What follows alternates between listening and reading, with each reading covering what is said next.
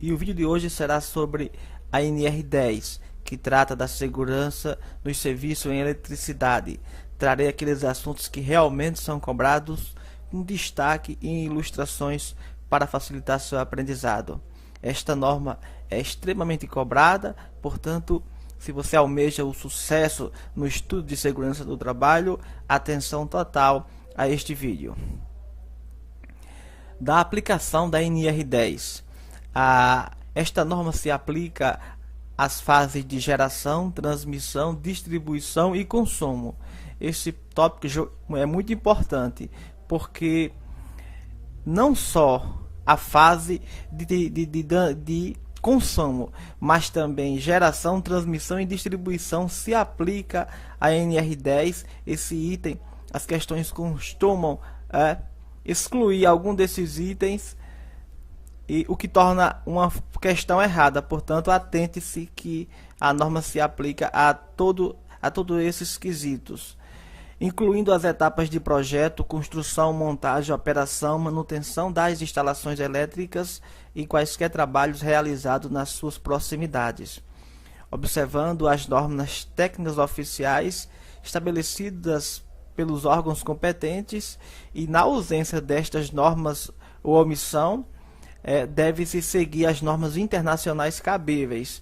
Esse item também é cobrado, portanto, se atente a esse detalhe. Quando as normas oficiais não trouxer aquelas especificações, pode-se valer das normas internacionais. Das medidas de controle. Em todas as intervenções em instalações elétricas devem ser adotadas medidas preventivas de controle de risco elétrico e de outros riscos adicionais, mediante o quê? Mediante técnicas de análise de risco, de forma a garantir a segurança e saúde no trabalho. Portanto, nessas intervenções em instalações elétricas devem ser adotadas essas medidas, e será através das técnicas de análise de risco. As empresas estão obrigadas a manter esquemas unifilares. Guarde essa informação. É uma obrigação das empresas manter esquema unifilares. Posteriormente, no decorrer desse vídeo, trarei o conceito de esquema unifilares. Mas o mais importante aqui é que você memorize que é uma obrigação das empresas manter esses esquemas atualizados das instalações elétricas dos seus estabelecimentos, com as especificações do sistema de aterramento e demais equipamentos e dispositivos de proteção. O estabelecimento com carga instalada superior a 75 kW, guarde essa informação, esse item é campeão em provas. Se a carga instalada for superior a 75 kW, devem constituir e manter o prontuário de instalações elétricas, contendo, além do disposto no subitem 10.3.2.3, no mínimo. Portanto, se a carga instalada for superior a 75, deve constituir e manter um prontuário de instalações elétricas. Mais na frente no vídeo trarei o conceito de prontuário de instalações elétricas. Portanto, deve conter no mínimo o que? Letra A. O conjunto de procedimentos e instruções técnicas e administrativas de segurança e saúde no trabalho implantadas e relacionadas a esta norma, e descrições das medidas de controles existentes. Também letra B. Documentação das inspeções e medições do sistema de proteção contra descargas atmosféricas e aterramentos elétricos. Portanto, essas é o que deve conter no mínimo esses estabelecimentos superiores à carga instalada a 75 kW. Letra C. Deve conter também especificações dos equipamentos de proteção coletiva e individual e o ferramental aplicável conforme determina esta norma. A letra D. Documentação comprobatória da qualificação, habilitação, capacitação, autorização dos trabalhadores e treinamentos realizados. Letra E. Deve conter também resultados dos testes de isolação elétrica realizados em equipamentos de proteção individual e coletiva. Letra F, certificações dos equipamentos e materiais elétricos em áreas classificadas. E deve conter também, letra G, relatório técnico das inspeções atualizadas com recomendações, cronogramas de adequações contempladas nas alíneas de A a F. Agora, as empresas que operam em instalações ou equipamentos integrantes do sistema elétrico de potência devem constituir prontuário. Guarde essa informação. Se essa empresa ela opera com instalações integrantes desse sistema elétrico de potência, é obrigatório, deve constituir prontuário com o conteúdo do item 10.2.4 e acrescentar ao prontuário os documentos a seguir listado. Então, se a empresa se enquadrar nesse sistema elétrico de potência, quais os documentos? Letra A, descrição dos procedimentos para emergência. E letra B, certificações dos equipamentos de proteção coletiva e individual. O prontuário das instalações elétricas deve ser organizado e mantido atualizado pelo empregador. Portanto, é obrigação do empregador organizar e manter atualizado, ou por pessoa formalmente designada pela empresa, devendo permanecer à disposição dos trabalhadores envolvidos nas instalações de serviços em eletricidade. Os documentos técnicos previstos no prontuário de instalações elétricas devem ser elaborados por profissional legalmente habilitado. Guarde essa informação. Se falou em documentos técnicos previstos no prontuário de instalações elétricas, eles devem ser elaborados por quem?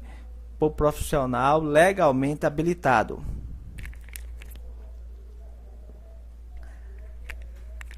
Agora, das medidas de proteção coletiva. Em todos os serviços executados em instalações elétricas, preste atenção, em todos, devem ser previstas e adotadas prioritariamente, ou seja, com a prioridade, medidas de proteção coletiva aplicáveis mediante procedimentos às atividades a serem desenvolvidas de forma a garantir a segurança e a saúde dos trabalhadores. As medidas de proteção coletiva compreendem prioritariamente o que?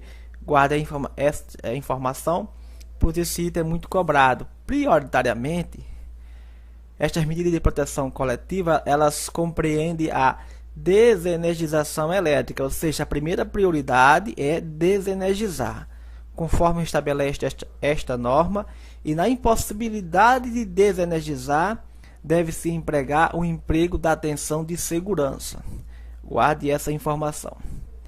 Na impossibilidade de implementação do estabelecido no item anterior, ou seja, não conseguiu desenergizar, devem ser adotadas outras medidas de proteção coletiva, tais como isolação das partes vivas, obstáculos, barreiras, sinalização, sistema de seccionamento automático e de alimentação, bloqueio de religamento automático.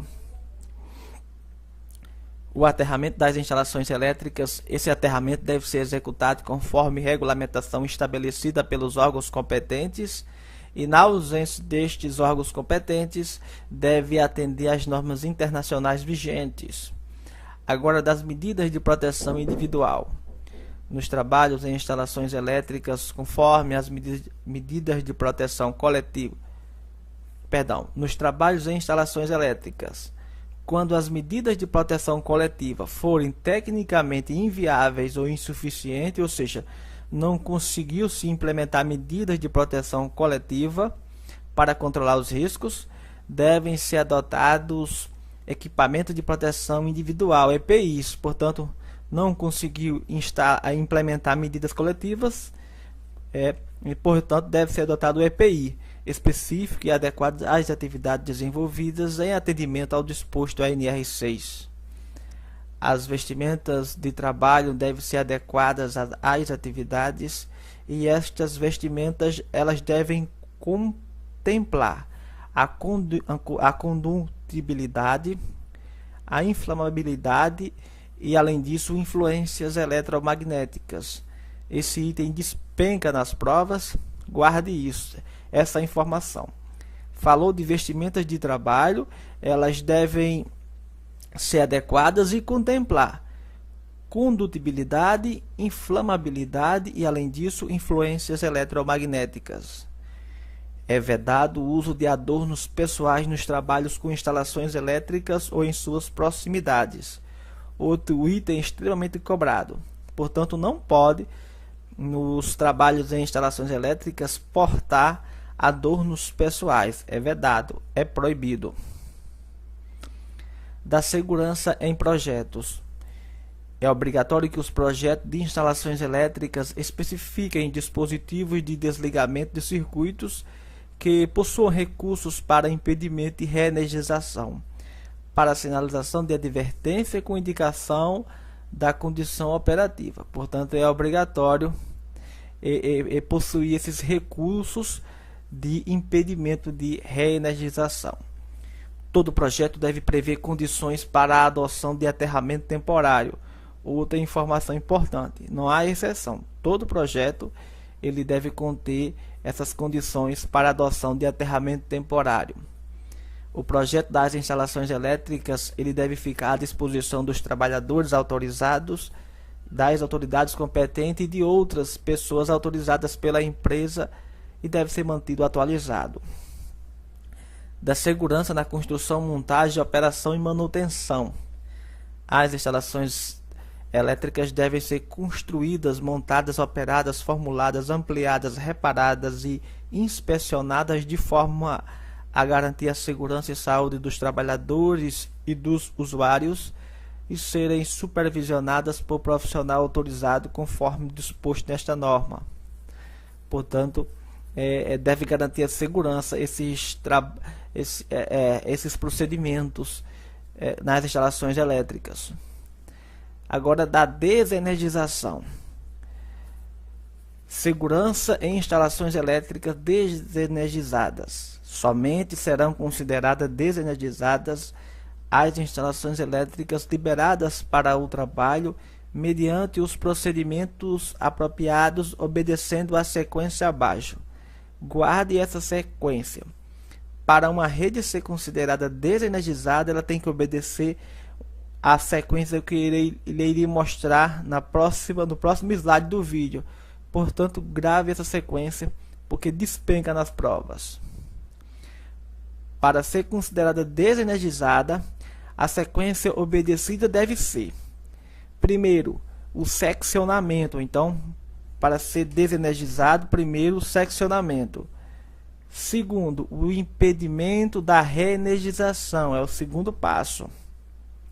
O terceiro passo será a adoção de ausência de tensão. Quarto passo, aterramento temporário.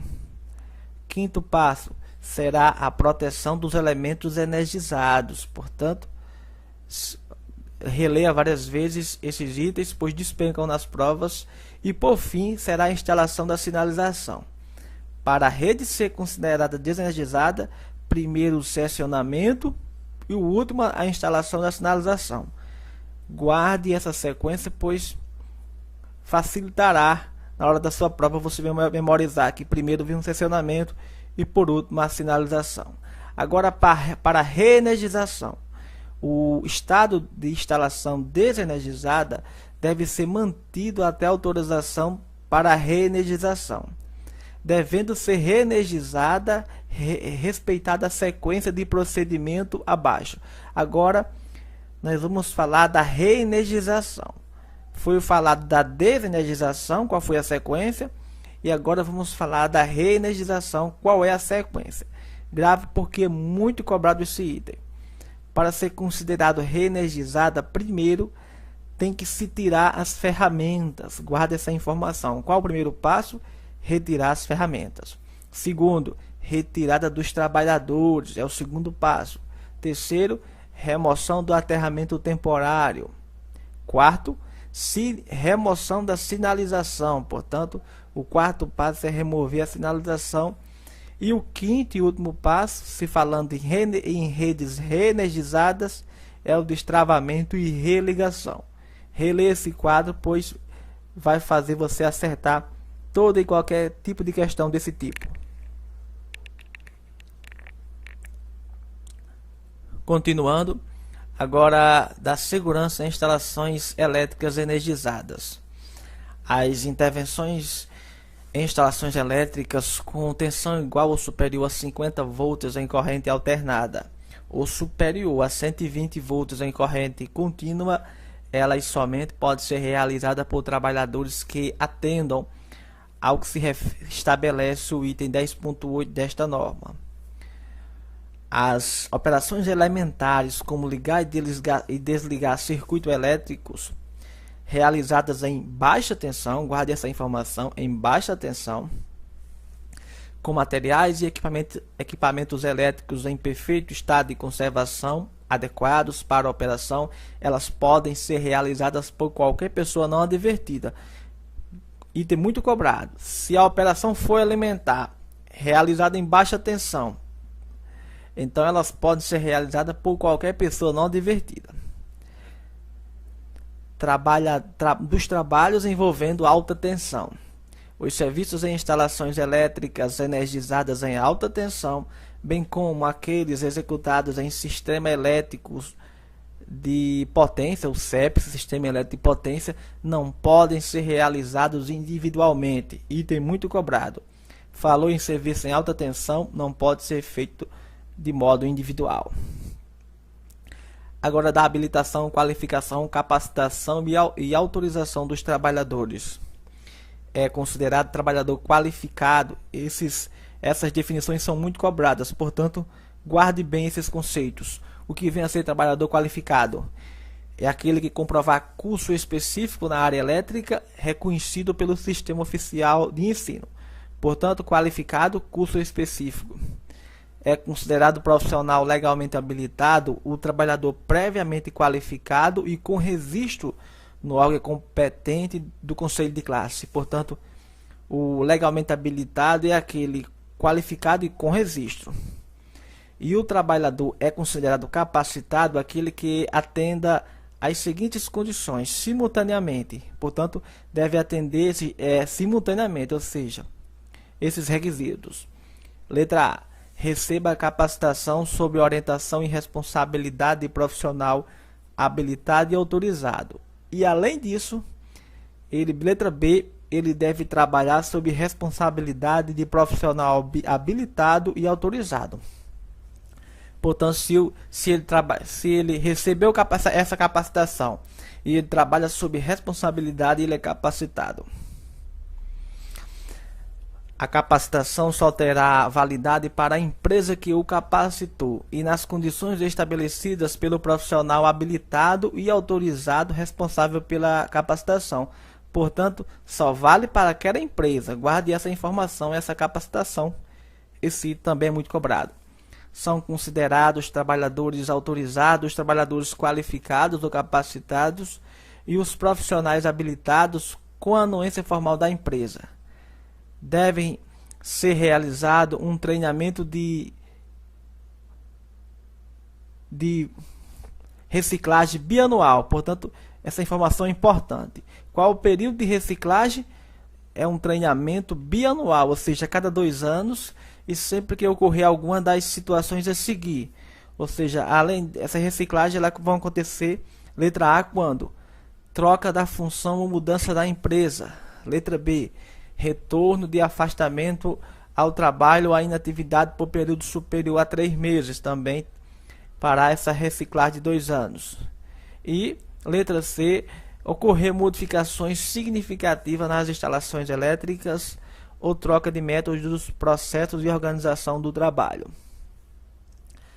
Os trabalhadores devem interromper suas tarefas exercendo o direito de recusa sempre que constatarem evidência de grave e eminente risco. Esse é o direito de recusa. Se ele constatar grave e eminente risco, eles devem interromper suas tarefas para sua segurança e saúde de outras pessoas e deve comunicar imediatamente o fato ao seu superior hierárquico, que diligenciará medidas cabíveis. esta norma não é aplicada às instalações elétricas alimentadas por extra baixa tensão. Item muito cobrado e importante. Falou em extra baixa tensão, não se aplica a NR10. O que vem a ser alta tensão? É uma tensão superior a 1000 volts em corrente alternada ou superior a 1000 volts em corrente contínua entre as fases e entre fase e terra. Portanto, guarde essa informação. Se for superior 1000 volts alternada, 1500 contínua, é considerada alta tensão. Continuando. O que vem a ser uma área classificada? É um local com potencialidade de ocorrer atmosfera explosiva. O que vem a ser aterramento elétrico temporário? É uma ligação elétrica efetiva, confiável e adequada à intencional à Terra, destinada a garantir a equipotencialidade e mantida continuamente durante a intervenção na instalação elétrica. E baixa tensão é uma tensão superior a 50 volts em corrente alternada ou 120 volts em corrente contínua e igual ou inferior a 1000 volts em corrente alternada e 1500 em corrente contínua entre as fases ou fase terra, ou seja, a baixa tensão ela está de 50 a 1000 em alternada e de 120 a 1500 em corrente contínua. Esta baixa tensão ela é a tensão não superior a 50 volts em corrente alternada e não superior a 120 volts em corrente contínua. Instalação elétrica, o que vem a ser, é um conjunto de partes elétricas e não elétricas associadas e com características coordenadas entre si, que são necessárias ao funcionamento de uma parte determinada de um sistema elétrico. O prontuário, muito importante você saber o que vem a ser um prontuário. Ele é um sistema organizado de forma a conter uma memória dinâmica. Guarde essa informação. Ele contém uma memória dinâmica de informações pertinentes às instalações e aos trabalhadores. Sistema elétrico de potência é um conjunto de instalações e equipamentos destinado à geração, transmissão e distribuição de energia elétrica até a medição inclusive. E tensão de segurança é aquela extra baixa tensão originada em uma fonte de segurança. Portanto, a tensão de segurança, extra baixa tensão, e ela é originada de uma fonte de segurança. Da zona de risco é o entorno das partes condutoras energizadas não segregada, acessível inclusive acidentalmente. Guarde essa informação. Falou em acessível acidentalmente. Estamos falando da zona de risco, de dimensões estabelecidas de acordo com o nível de tensão, cuja aproximação só é permitida a profissionais autorizados e com a adoção de técnicas e instrumentos apropriados. Zona controlada é o entorno da parte condutora energizada não segregada, acessível, de dimensões estabelecidas de acordo com o nível de tensão, cuja aproximação só é permitida a profissionais autorizados. Portanto, zona controlada só para profissionais autorizados. Agora, do treinamento. O curso básico em serviço em eletricidade, que trata da segurança em instalações de serviço com eletricidade para os trabalhadores autorizados, a carga horária mínima é de 40 horas. Guarde essa informação. Falou de curso básico, qual é a carga horária? 40. Curso complementar de segurança no sistema elétrico de potência e suas proximidades é pré-requisito para frequentar este curso complementar. Essa pessoa ter participado com aproveitamento satisfatório do curso básico, ou seja, ter feito esse curso anterior com carga horária mínima de 40 horas. Portanto, pode fazer esse curso complementar se tiver feito o curso básico. O que vem a ser esquema unifilar é um desenho técnico que, utilizando simbologia específica, esse desenho representa graficamente uma instalação elétrica, indicando a planta arquitetônica que deve ser elaborada por profissional legalmente habilitado e deve ser mantido para as instalações inclusive para aquelas com carga instalada superior a 75 kW.